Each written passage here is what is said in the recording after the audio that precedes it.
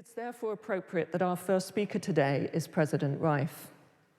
Both as president and before that as provost, Rafael Reif has urged MIT to take on the world's great challenges and provided us with the support necessary to take on those challenges. As one of only 2 MIT presidents born outside the US, he's pushed the Institute to reach out further into the world.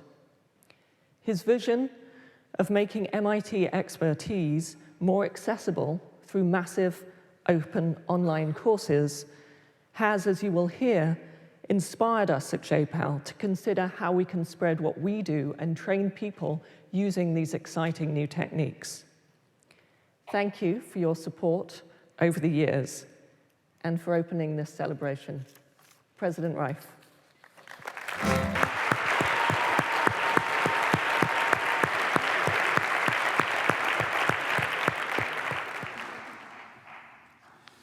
Thank you, Rachel. Good morning. Well, look, I heard this is a celebration of something very important. So, good morning. Good morning. Oh, come on, we can do better. Good morning. Good morning. All right, how many of you in the audience speak English with a foreign accent? I feel at home. I'm delighted to be here and to join you this morning and to welcome so many of you to MIT. We're indeed here to celebrate the creative genius of a large and growing global community, a community that includes now 5 universities, hundreds of undergraduates and graduate students, 91 faculty affiliates, 8 of them from MIT, and hundreds of staff in regional offices, policymakers, foundations, donors. In its brilliant conception and its execution, JPAL belongs to all of you. And I'm just here to say congratulations and thank you. And this community is inspired and led by JPAL's 4 remarkable directors, Abhijit Banerjee, Esther Duflo, Ben Olken, and Rachel Glenister.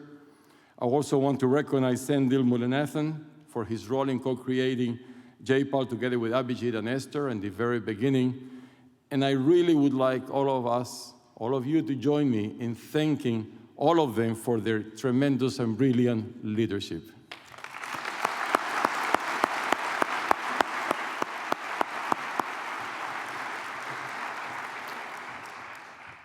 Everyone here is concerned with a question of deep moral importance, and that is how to relieve human poverty and how to relieve the suffering it creates. I have been at MIT a long time, and I can tell you this is not a traditional MIT problem. 20 or 30 years ago, no one would have expected MIT to focus on fixing poverty. MIT was supposed to fix or be involved in fixing things that had wheels and engines and circuit boards. But through JPAL, the challenge of fixing poverty has come to feel completely natural, and it has become a central concern for us at MIT.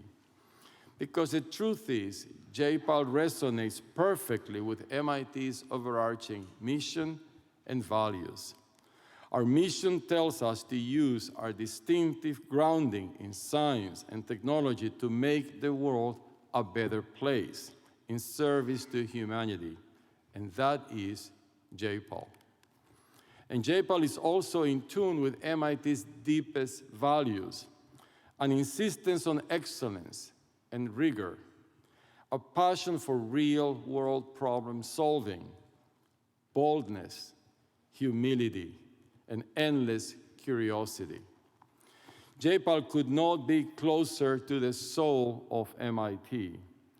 We share your impatience with the old-fashioned practice of giving out aid without knowing whether it's doing any good. And we admire your deep impatience with taking the time to do serious randomized trials. Let me share an observation I've heard Esther Duflo make once. In terms of magnitude alone, she said, global poverty is the most interesting question in economics. A lot of economics, she said, is about learning how people make decisions or uncovering things like small inefficiencies in tax collection in industrialized countries. But when you think about Mali, where people are making $90 per capita versus the US, it's just a different order of magnitude. The potential for improvement is so enormous, it has to be a first-order problem. At MIT, we like to take on big, important problems, so J-PAL fits right in, and it is a true MIT gem. And I'm incredibly proud and grateful for all the good that all of you do. From Kenya to India, 164 million people around the world have benefited from J-PAL's work so far. And I was excited to learn about a future J-PAL footprint in Southeast Asia. And I'm also delighted that the genius of J-PAL is coming to our own continent. J-PAL North America will be the 6th regional J-PAL office, serving Canada, Mexico, and the US itself. As this new office makes clear, J-PAL is about fighting poverty and its associated problems wherever they exist, not only in developing countries. I'm confident that over the next 10 years, J-PAL will continue to experience explosive growth and impact. There is huge potential to get governments more focused on the power of evidence-based solutions. There is also great potential to spread the model to new sectors. Think, for example, of environmental issues, in addition to education and health. With J-PAL's record of success, with your involvement and commitment, with the important, so much incredible new work that needs to be done, we can be certain that J-PAL's momentum and impact will continue to grow and will continue to expand. And now, it is my great honor to introduce someone who was instrumental in transforming J-PAL from a promising idea into a global force for change. I'm referring to Mr. Mohammed Jameel. In his native Saudi Arabia, Mr. Jameel serves as the chairman and president of Abdul Latif Jameel Company Limited, and is a member of the board of trustees of King Abdullah University of Science and Technology. On this campus, he's also known as a devoted citizen of MIT. He serves on the MIT Corporation, our board of trustees, and has provided tremendously generous support for our students and for our research. Mr. Jameel was one of the very first to understand the power of J-PAL's evidence-based approach. His visionary generosity gave J-PAL the power to create real change on a grand scale.